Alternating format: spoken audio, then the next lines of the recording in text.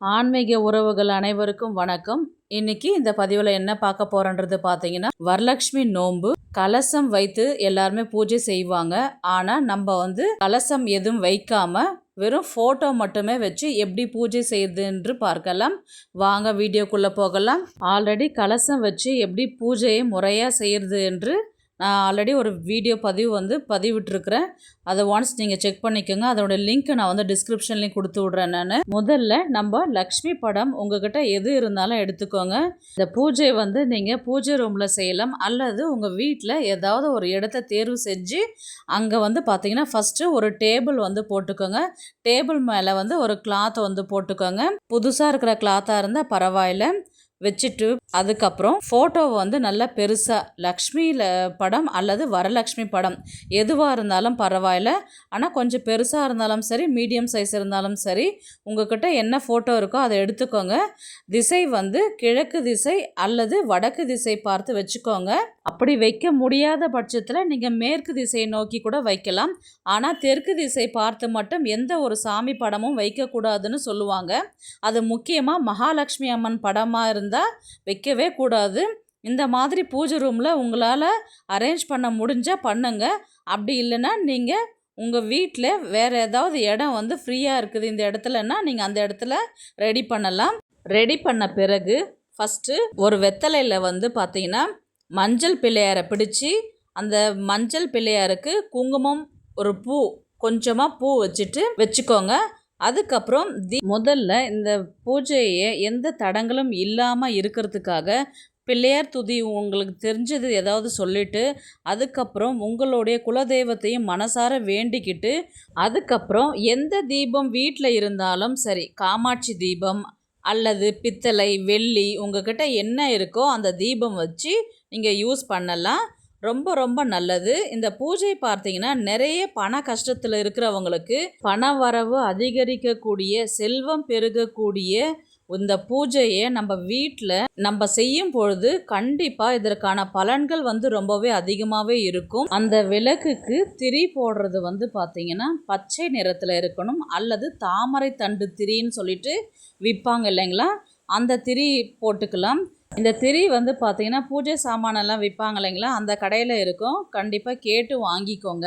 இந்த பச்சை நிறத்தில் இருக்கிற திரி பார்த்தீங்கன்னா குபேரருக்கு உகந்த நிறமாக சொல்லுவாங்க. அதுக்காக நீங்கள் இந்த திரியை பயன்படுத்திக்கோங்க. ஃபோட்டோ முன்னாடி சின்னதாக மனையை போட்டு அது மேலே காமாட்சி அம்மன் விளக்க வச்சுக்கோங்க.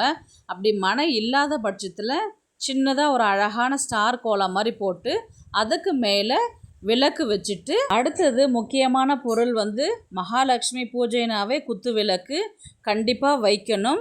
ஏன்னா குத்து விளக்கு மகாலட்சுமி அம்மனோட ஒரு உருவமாக பார்ப்பாங்க. அதனால் வீட்டில் எந்த குத்து விளக்கு இருந்தாலும் அம்மனோட 2 பக்கமும் எடுத்து வச்சுக்கோங்க. மனை இருந்தால் மனை வச்சு வைங்க, இல்லைன்னா கீழே ஒரு வாழை இலை போட்டு அது மேலே பச்சரிசி போட்டு அது மேலே குத்து விளக்கு வச்சுக்கோங்க. அன்னைக்கு நம்ம பயன்படுத்துகிற விளக்குக்கும் ஒரு சக்தி இருக்குது. நம்ம செய்கிற பூஜையினால், நம்ம சொல்கிற மந்திரங்களாலும் அந்த விளக்குக்கு ஒரு சக்தி உருவாகும். நம்ம பூஜை செய்யும் பொழுது நம்ம பூஜை ரூமில் செய்தாலும் சரி, நம்ம வீட்டில் அந்த பூஜை செய்தாலும் சரி, அந்த சக்தியானது அந்த விளக்கில் இருக்கும் ஒளியில் இறங்கி நமக்கு பரிபூர்ணமான ஒரு அருளை கிடைக்கும். அதற்கு பக்கத்தில் பார்த்தீங்கன்னா நம்ம அரிசி படியில் பச்சரிசியை நிரம்ப நிறச்சிட்டு அது கூட 1 ரூபாய் நாணயம் அல்லது 5 ரூபாய் நாணயம் வச்சு, உங்ககிட்ட இந்த மாதிரி அன்னபூர்ணி விக்கிரகம் இருந்தால் வச்சுக்கோங்க. அப்படி அன்னபூர்ணி சிலை இல்லைன்னா குலதெய்வ செம்பு இருக்குது இல்லைங்களா, அதில் தண்ணி நிரப்பி உங்ககிட்ட ஏதாவது ஒரு பித்தளை செம்பில் அந்த தண்ணீரை நிறச்சி வச்சுக்கோங்க.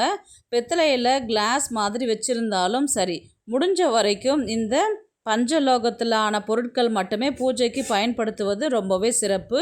பித்தளை, வெள்ளி, தங்கம், செம்பு, வெண்கலம் இது 5க்கு தான் பாசிட்டிவ் வைப் ரொம்பவே அதிகமாக இருக்கும். பிறகு 108 லக்ஷ்மி காயின் இருக்கும் இல்லைங்களா, அதை எடுத்து வச்சுக்கோங்க. உங்ககிட்ட அந்த காயின் எதுவும் இல்லைன்னா ₹1 நாணயம் வந்து 108 ஒரு தட்டில் வந்து எடுத்து வச்சுக்கோங்க. இல்லைன்னா ₹5 நாணயம் வந்து 108 எடுத்து வச்சுக்கோங்க. இந்த 108 நாணயங்களும் ரொம்பவே முக்கியம். அதனால் முடிஞ்ச வரைக்கும் ₹1 நாணயங்கள் 108 எடுத்து வைப்பது ரொம்பவே சிறப்பு. ஒரு தட்டில் தேங்காய், வாழைப்பழம், மாதுளப்பழம் வந்து பார்த்திங்கன்னா மகாலட்சுமி அம்மனுக்கு ரொம்பவே பிடித்தமான ஒரு பழம். அது கண்டிப்பாக வாங்கி வைங்க. மற்ற பழங்கள் எல்லாம் உங்கள் விருப்பம். அதனால் வாழைப்பழம், தேங்காய், அப்புறம் என்ன பழம் வேணாலும் வைக்கலாம். தட்டு நிறைய பழங்கள் வந்து ஒரு ஓரமாக வச்சுக்கோங்க. அது மேலே கொஞ்சம் வெத்தலை, பாக்கு, பூ, ₹1 காணிக்கை வைங்க. பழத்துக்கு மேலே வரலட்சுமி நோன்பு ஆகஸ்ட் மாதம் 21ஆம் தேதி வெள்ளிக்கிழமை அன்று வருகின்றது. வெள்ளிக்கிழமை என்று சொன்னாலே அது மகாலட்சுமிக்கு உகந்த நாள். அன்னைக்கு நீங்கள் என்ன வேண்டி இந்த பூஜை செய்தாலும் அது அப்படியே கண்டிப்பாக கிடைக்கும். முக்கியமாக பெண்களோட தாலி பாக்கியத்துக்காக செய்கிறது, மாங்கல்ய பலத்துக்காகவும் கணவரோட நீண்ட ஆயுளுக்காகவும் செய்கிறது. பண கஷ்டம் தீரணும், கடன் எல்லாம் அடையணும் அப்படின்னா கூட நீங்கள் கண்டிப்பாக இந்த பூஜையை தாராளமாக செய்யலாம். இந்த பூஜையில் மகாலட்சுமி அம்மன் படத்தை மட்டும் நம்ம வச்சு பூஜை செய்கிறதுனால அம்மனுக்கு வைக்கிறதுக்கு உங்ககிட்ட புடவை இருந்தால் எடுத்து வச்சுக்கோங்க. அப்படி இல்லைன்னா ப்ளவுஸ் பிட்டு மட்டும்தான் இருக்குதுனால அதையும் எடுத்து வச்சுக்கோங்க. அது மேலே வெத்தலை பாக்கு, மஞ்சள் கிழங்கு, கயிறு, வெத்தலை பாக்கு வைக்கும்போது எப்போவுமே 2 வெத்தலை, ஒரு பாக்கு வைக்கணும். ₹1 காணிக்கை வைக்கணும். ஒரு மஞ்சள் கிழங்கு, கயிறு, ப்ளவுஸ் பிட்டு இது மட்டும் ஒரு தட்டில் வச்சுக்கோங்க. பிறகு உங்ககிட்ட தங்க நாணயம் இல்லை வெள்ளி நாணயம் இருந்தால் வைங்க. இல்லை பணம் வச்சுருந்தா அந்த காசும் வைக்கலாம். அப்படி இல்லைன்னா சில்லற காசுமே வந்து நீங்கள் ஒரு தட்டில் வந்து அதை நிரம்பவே வைக்கலாம். இந்த பூஜையில் நம்ம என்ன வந்து வச்சு பூஜை செய்கிறோமோ அது நமக்கு பல மடங்காக மகாலட்சுமி அம்மன் நமக்கு தருவாங்க அப்படிங்கிறது ஐதீகம். நீங்கள் வச்சு படைக்கிற புடவையாகட்டும் அல்லது ப்ளவுஸ் பிட் ஆகட்டும் நீங்கள் திரும்ப யூஸ் பண்ணிக்கலாம். இல்லை எனக்கு அந்த யூஸ் பண்ணுற பழக்கம் இல்லைன்னா நீங்கள் வேறு யாராவது சுமங்கலிக்கு தானமாக கொடுக்கலாம். அல்லது கோவிலில் சுவாமிக்கு நீங்கள் தானமாக கொடுத்துடலாம். அடுத்தது வர சுமங்கலிக்கு நீங்கள் தாம்பூல பொருட்களை கொடுக்கறதுக்கு ரெடி பண்ணலாம்.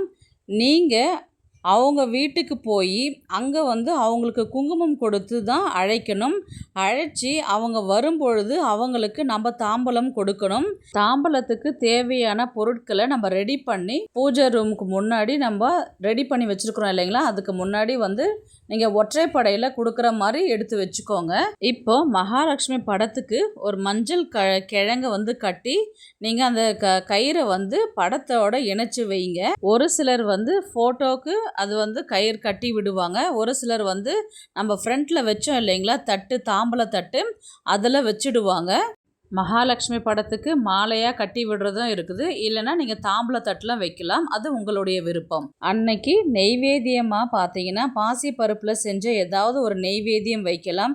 பாசிப்பருப்பு பாயாசம், வெண்பொங்கல், சர்க்கரை பொங்கல், இல்லை வெள்ளை நிற சாதம், தயிர் சாதம், கல்கண்டு சாதம், இந்த மாதிரி உங்களால் முடிஞ்ச ஏதாவது ஒரு நெய்வேத்தியம் வைக்கலாம். இல்லை மாதுளம் பழம் மட்டுமே வச்சா கூட போதும். இப்போது இந்த பொருட்கள் எல்லாமே மகாலட்சுமி அம்மன் படத்துக்கு முன்னாடி எடுத்து வச்சுட்டு உங்கள் பூஜையை ஆரம்பிக்கலாம். இந்த பூஜைக்கான நேரம் பார்த்தீங்கன்னா காலையில் பிரம்ம முகூர்த்த நேரத்தில் செஞ்சால் ரொம்பவே நல்லது. காலையில் 4:30 மணிலிருந்து 5:30 மணிக்குள்ளே நீங்கள் தேங்காய் உடைத்து வச்சுட்டு இந்த பூஜையை செய்யுங்க. சொல்ல வேண்டிய மந்திரம் வந்து கனகதார சோஸ்திரம் அல்லது உங்ககிட்ட வேறு ஏதாவது மந்திரம் இருந்தாலும் நீங்கள் சொல்லலாம். அப்படி இல்லைன்னா 108 லக்ஷ்மி போற்றிகள் வந்து சொல்லலாம். இந்த நாணயங்கள்லாம் வந்து சத்தம் வர மாதிரி ஒரு தட்டில் போடணும். இந்த 108 நாணயங்களில் ஒரு சைடு பார்த்தீங்கன்னா குபேர எந்திரம் போட்டு இருக்கும், ஒரு சைடு வந்து குபேர லக்ஷ்மி படம் இருக்கும். இந்த மாதிரி நாணயங்கள் இருந்துச்சுனாலும் நீங்கள் அன்னைக்கு பூஜையில் பயன்படுத்திக்கலாம். இந்த மந்திரம் 108 முறை சொல்லி முடிச்சதுக்கப்புறம் நீங்கள் உங்களுடைய வேண்டுதல்களை மனதார சொல்லி வழிபாடு செய்யலாம். இப்போது அம்மனை அழைக்கிற நேரம் வந்து நம்ம பார்க்கலாம். கலசம் வச்சு பூஜை செய்கிறவங்க புனர் பூஜையில் வியாழக்கிழமையே கொண்டு வந்துடுவாங்க. நம்ம ஃபோட்டோ வச்சு பண்ணுறதுனால நீங்கள் அதிகாலை பிரம்ம முகூர்த்த நேரத்தில் நீங்கள் ஃபோட்டோவை வெளியிலேருந்து கொண்டு போயிட்டு திரும்பவே உங்களுடைய வலது கால் எடுத்து உள்ளார வச்சு நீங்கள் என்ன சொல்லணும்னு பார்த்தீங்கன்னா, மகாலட்சுமி தாயே, அஷ்டலட்சுமிகளே, எங்கள் வீட்டில் எழுந்தருளி எங்களுக்கு அருள் புரிய வேண்டும் என்று நீங்கள் மனதார ஃபோட்டோ கொண்டு போயிட்டு நீங்கள் ரெடி பண்ணி வச்சுருக்கிறீங்களே மேடை, அந்த இடத்துல கொண்டு போய் நீங்கள் வைக்கும் பொழுது இந்த வார்த்தையை 3 முறை வந்து நீங்கள் சொல்லணும். இந்த பூஜையை அதிகாலை பிரம்ம முகூர்த்த நேரத்துலையும் செய்யலாம். மாலை நேரத்தில் 5:30 மணிலிருந்து இரவு 9 மணிக்குள்ளே செய்யலாம். 8 to 9 சுக்கிர ஓரை. அதனால் குபேரன் லக்ஷ்மி நம்ம 2 பேரையுமே வச்சு பூஜை செய்யும் பொழுது ரொம்பவே அஷ்டலக்ஷ்மிகளும் நம்ம வீட்டில் எழுந்தருளி நமக்கு அருள் புரிவதாக ஐதீகம். கௌரி நல்ல நேரத்தில் கூட நம்ம பூஜையே செய்யலாம். 10 to 12 ராகு காலம். இந்த நேரத்தை தவிர்த்துட்டு நீங்கள் 12 மணிக்கு மேலே நீங்கள் பூஜையை செய்ய ஆரம்பிக்கலாம். வேலைக்கு போகிறவங்களா இருந்தால் நீங்கள் வெள்ளிக்கிழமை சாயந்தரம் 5:30 மணிலேருந்து 9 மணிக்குள்ளார டைம் நல்லாவே இருக்குது. நீங்கள் இந்த நேரத்தில் கூட நீங்கள் பூஜை செய்ய ஆரம்பிக்கலாம். நீங்கள் பூஜையெல்லாம் முடிச்சதுக்கு அப்புறம் உங்கள் வீட்டு பக்கத்தில் இருக்கிற பெண்களை கூப்பிட்டு அவங்களுக்கு தாம்பூலம் கொடுத்தீங்கன்னா ரொம்ப ரொம்ப நல்லது. இந்த தாம்பூலம் கொடுக்கறதுன்னு வந்து பார்த்தீங்கன்னா ஒரு கட்டாயமான ஒரு முறைன்னு சொல்லுவாங்க. அந்த மாதிரி உங்கள் வீட்டுக்குள்ளே ஒரு பெண் வந்தாங்கன்னா அவங்க மூலயமா மகாலட்சுமி அம்மனே உங்கள் வீட்டுள்ள வரதாக அர்த்தம். அதனால் கண்டிப்பாக நீங்கள் யாராவது ஒற்றைப்படையில் சுமங்கலி பெண்களை வர வச்சு நீங்கள் தாம்பூலம் கொடுப்பது மிகவும் சிறப்பு. தாம்பூலம் கொடுக்கும் பொழுது நீங்கள் அவங்க காலில் விழுந்து ஆசீர்வாதம் வாங்கும் பொழுது அவங்க உங்கள் மேலே அட்சதை தூவி ஆசீர்வாதம் செய்யணும். அட்சதைக்கு வந்து பச்சரிசியில் நெய் சேர்த்து மஞ்சள் கலந்து அதையும் ரெடி பண்ணி வச்சுக்கலாம். தாம்பூலம் கொடுக்கறதுல முக்கியமாக இந்த பொருளை மட்டுமே கொடுத்தா போதும். ஃபஸ்ட்டு ஒரு தட்டில் வந்து பார்த்தீங்கன்னா வெத்தலை, பாக்கு, பூ, பழம், மஞ்சள் கிழங்கு, கயிறு கொடுக்கணும்.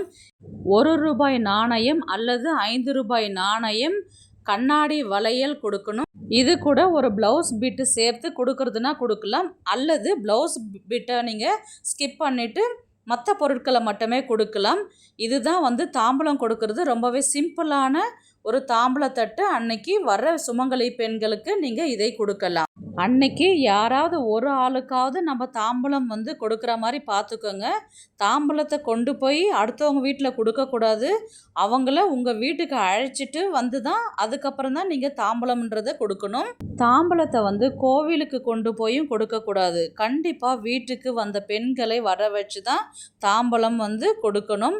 அவங்க உங்களை ஆசீர்வாதம் செஞ்சாங்கன்னா மகாலட்சுமி அம்மனோட அருள் கண்டிப்பாக உங்களுக்கு கிடைச்சதா ஐதீகம். நீங்கள் அன்னைக்கு கலசம் வச்சு பூஜை செய்யலைனாலும் நான் சிம்பிளாக சொல்லியிருக்கிற இந்த முறையை நீங்கள் பின்பற்றி பூஜை செய்தாலே போதும். உங்களுக்கு இப்போ ஒரு ஐடியா கிடச்சிருக்குன்னு நான் நினைக்கிறேன். நான் எப்படி கலசம் வச்சு பூஜை செய்கிறது, எப்படி வந்து தாம்பூலம் கொடுக்கறதுன்றது நான் 2 வீடியோவுமே அப்லோடு பண்ணியிருக்கிறேன். உங்களுக்கு அந்த லிங்க் வந்து நான் டிஸ்கிரிப்ஷனில் கொடுக்குறேன். நீங்கள் ஒன்ஸ் செக் பண்ணி பார்த்துக்கோங்க. இந்த வீடியோ உங்களுக்கு பிடிச்சிருக்குன்னு நான் நினைக்கிறேன். இது போன்ற ஆன்மீக தகவல்களுக்கு நம்முடைய ஆன்மீக குறிப்புகள் சேனலை சப்ஸ்கிரைப் பண்ணிக்கோங்க. நெக்ஸ்ட் ஒரு நல்ல பதிவில் சந்திக்கலாம்.